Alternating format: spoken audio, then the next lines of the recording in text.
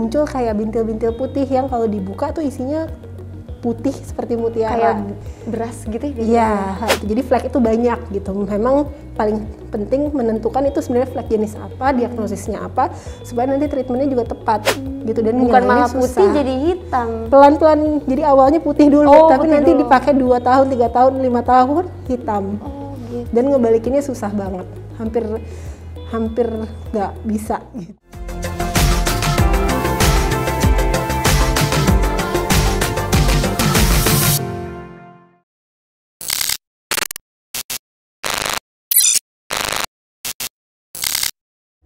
Hai teman-teman Behind Beauty Podcast, balik lagi bareng aku Nafila.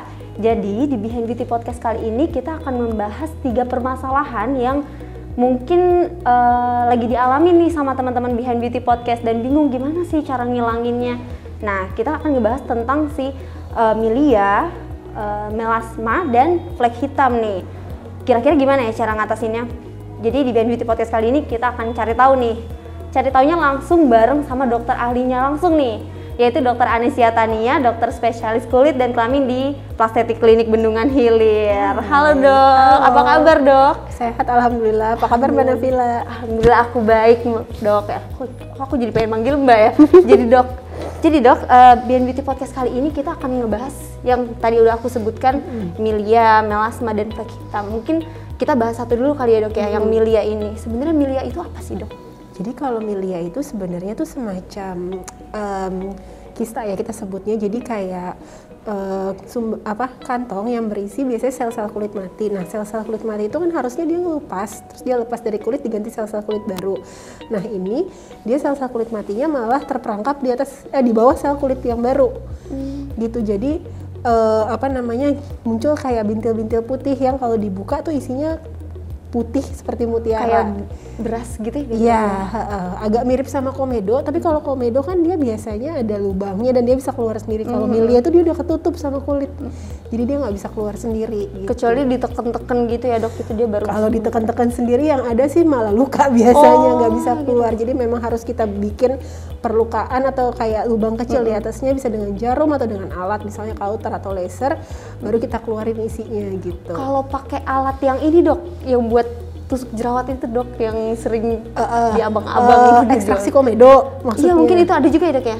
Yang bulat itu ya. Nah itu sebenarnya sih memang bisa, cuman lagi itu kan dia ketutup sel kulit yang baru ya istilahnya. Nah dia nggak ada lubangnya nih, kalau kita pencet sesuatu nggak ada lubangnya, mau nggak mau kan kita jadinya maksa, jadi bikin luka, nanti malah bikin scar gitu. Dan biasanya juga nggak bersih, jadi biasanya harus kita bikin lubang kecil di atasnya yang ya harus dibikin dalam kondisi steril, kemudian juga dengan alat yang tepat, terus kedalamannya juga harus tepat, jadi nggak boleh terlalu dalam atau terlalu superficial juga gitu. Kalau nggak nanti dia nggak bersih atau malah bikin bopeng. Iya ya, bopeng. Nanti kalau udah bopeng malah susah lagi. Kalau udah bopeng panjang lagi gitu.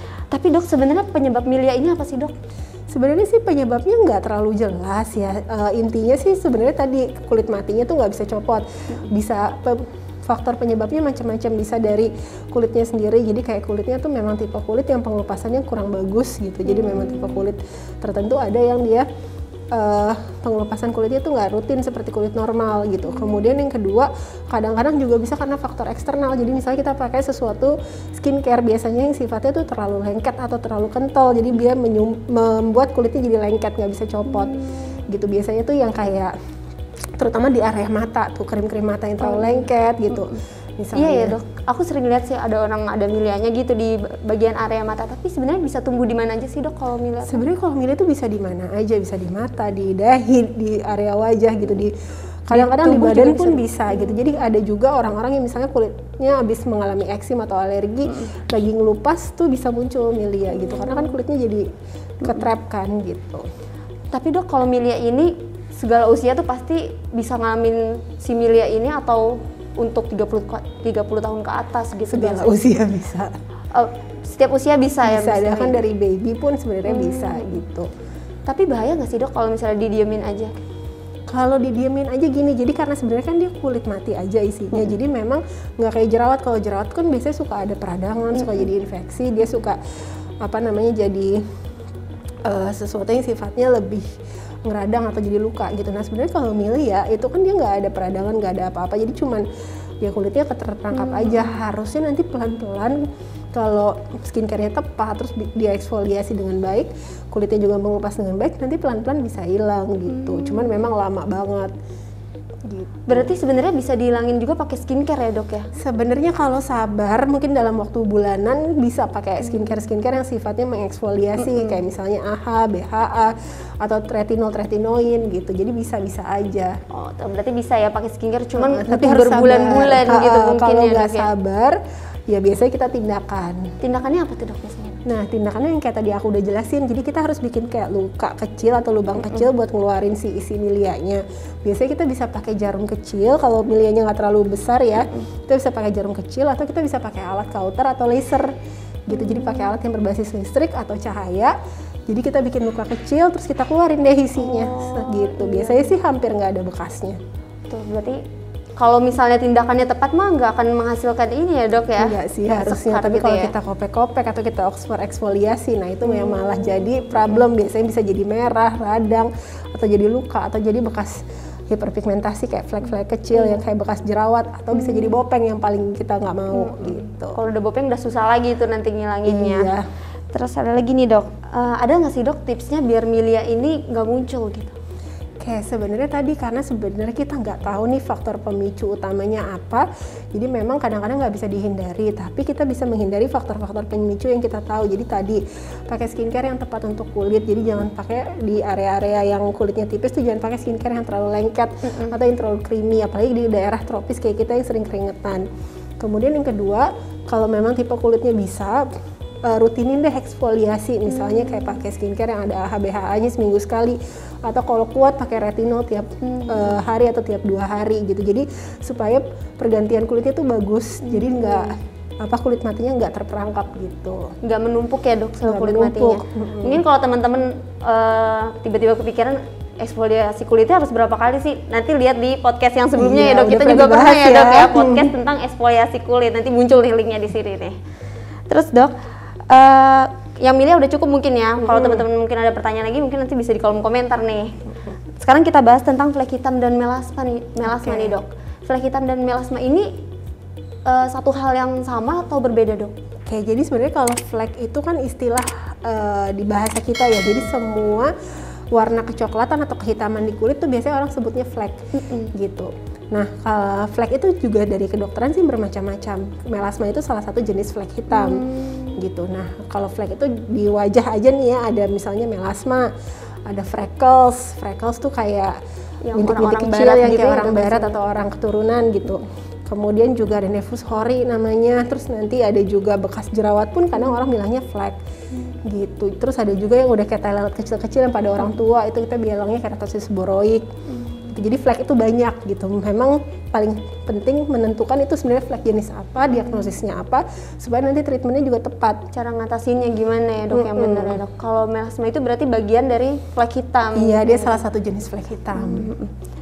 Cara kita tahu kalau itu melasma gimana dok? Nah sebenarnya sih biasanya kita kelihatan secara klinis. Jadi kalau kita ngelihat kan kalau udah terlatih nih biasanya kalau dokter sih pasti tahu oh ini melasma, ini freckles, ini nevus hori gitu. Biasanya kalau melasma itu dia lebih ngeblok. Jadi kayak kita pakai blush on gitu. Kalau freckles kan kecil-kecil tuh kalau kita kayak makeup bikin freckles kan kayak cuman titik-titik. Kalau melasma tuh kayak blush on coklat gitu, dia ngeblok. Terus biasanya areanya di pipi, hidung, bisa di dahi sama upper lip. Tapi kalau melasma itu dia udah akut banget atau enggak dok? Ada yang lebih parah dari melasma? Maksudnya parah dalam apa nih? Maksudnya mungkin menghitamnya ke lapisan-lapisan kulit terdalam gitu dok? Oke, jadi sebenarnya kalau melasma itu memang dia bisa sampai lapisan kulit terdalam. Kan lapisan kulit kita ada 3 nih. Ada epidermis, ada dermis, kutis. Nah melasma itu bisa di epidermis, bisa di dermis, bisa campuran gitu. Jadi emang dia tuh cukup dalam kelainannya. Makanya ngilanginnya juga agak susah sebenarnya gitu. Dan harus sabar gitu. Tapi kalau yang lebih parah biasanya ada namanya okronosis.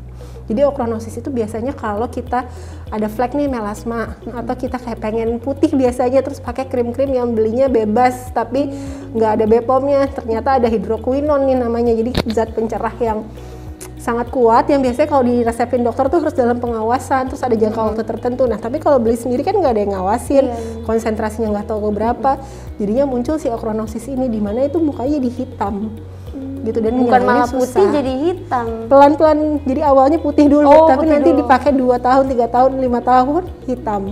Gitu. Dan ngebalikinnya susah banget, hampir nggak bisa gitu. Hampir nggak bisa dong. Iya, susah banget ngebalikinnya. Tapi kalau misalnya melasma ini kan yang mungkin teman-teman juga taunya melasma tuh biasanya 30 tahun ke atas gitu, yang udah berumur lah gitu. Sebenarnya kalau di bawah umur 30 tahun tuh bisa nggak sih dok kena melasma? Nah, sebenarnya melasma ini kan memang pemicunya biasanya satu genetik, jadi ada keturunan, ada aging juga, sinar matahari. Jadi kalau yang sering panas-panasan atau nggak pakai sunscreen dan emang dia kerjanya outdoor tuh lebih berisiko. Sama terakhir hormonal, jadi minum pil KB misalnya atau kayak hamil, menyusui. Nah, kalau di bawah umur 30 bisa aja kalau dia punya salah satu dari yang saya sebutin tadi. Biasanya sih yang paling sering tadi ya kalau lagi abis hamil gitu, dan kalau ada faktor keturunannya. Minum pil KB gitu ya dok? Pil KB, tapi biasanya sih itu bukan salah satu yang sering, cuman bisa jadi pemicu ya dok ya? Pemicu. Tapi dok, melasma tuh bisa dihilangin cuma pakai skincare doang nggak sih dok?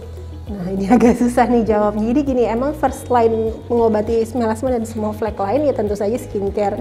Jadi sunscreen mesti benar, karena itu kayak faktor pemicu utamanya itu adalah matahari gitu. Jadi sunscreen harus dipakai terus-terusan setiap hari dengan dosis yang tepat ya, 2 jari untuk seluruh wajah dan leher. Kemudian juga diulang-ulang tiap 3-4 jam gitu. Kemudian kalau skincare yang lain dia pilih yang ada brightening-nya. Tapi kalau melasmanya udah parah nih, jadi kan melasma juga sama, kita bagi ada yang ringan, sedang, berat gitu, tergantung luasnya, tergantung dalamnya. Biasanya kalau yang udah parah sih nggak bisa pakai skincare aja. Kalau buat treatmentnya apa nih dok dari rekomendasi dokter? Nah, kalau melasma tuh sebenarnya first line-nya tadi selain sunscreen biasanya obat-obat oles. Jadi bedanya sama skincare, kalau skincare kan dia biasanya konsentrasinya rendah, terus ada zat-zat yang memang harus diresepkan. Nah, itu biasanya perlu obat yang diresepkan atau diracik. Kemudian obat minum gitu. Kemudian ada juga ya dok ya obat minum? Ada obat minum namanya tranexamic acid. Jadi dia itu bisa membantu mengurangi melasma tadi gitu, walaupun emang minumnya harus agak lama. Kemudian kalau untuk treatment tuh bermacam-macam. Biasanya kalau melasma yang bandel nih, baru kita mulai pikirin mungkin kita harus peeling, misalnya eksfoliasi kimiawi, atau kita bisa pakai laser. Jadi ada laser-laser yang khusus yang bisa menembak pigmen-pigmen melasma supaya dia pecah dan diserap sama tubuh gitu. Terus bisa juga pakai suntik, jadi suntik melasma, jadi obat-obat yang bisa membantu mengurangi pigmen, bisa mencerahkan, tuh kita suntikin langsung ke lesinya. Gitu, jadi macam-macam sih, ya, tergantung ada laser, nanti ada klinisnya. injeksi juga ya dok ya. Jadi yang penting adalah konsultasi dulu. Iya, pastiin dulu itu melasma. Mungkin akan lebih baik kalau konsultasi dulu kali ya dok ya, kalau ada melasma, daripada kita coba-coba skincare lain terus tiba-tiba malah makin parah. Iya, bener banget. Tapi memang first line-nya adalah sunscreen. Jadi kalau emang berasa ada flek, ada melasma atau flek apapun, tetap first line-nya harus rajin pakai sunscreen dulu. Tuh, berarti sunscreen tuh penting banget ya. Banget. Mungkin itu aja dok pembahasan kita di Behind Beauty Podcast kali ini. Semoga bisa menjawab pertanyaan teman-teman di rumah ya, semuanya yang menonton atau mendengarkan Behind Beauty Podcast. Jangan lupa untuk selalu pakai sunscreen ya dok ya. Itu penting banget. Mungkin dari sebelum ada melasma nih harus sering-sering pakai sunscreen. Iya, apalagi kalau yang udah punya keturunan ataupun nggak punya keturunan juga. Ingat kita tinggal di negara tropis, matahari 20 seharian, terus sepanjang tahun selalu ada matahari dan selalu terang gitu mataharinya. Jadi always pakai sunscreen. Jangan lupa apply sunscreen kalian ya semuanya. Oke dok, terima kasih ya dok. Udah sharing nih di Behind Beauty Podcast, sudah 2 kali datang di sini. Terima kasih juga buat teman-teman yang udah mendengarkan atau menonton Behind Beauty Podcast. Sampai jumpa di Behind Beauty Podcast selanjutnya. Sampai ketemu.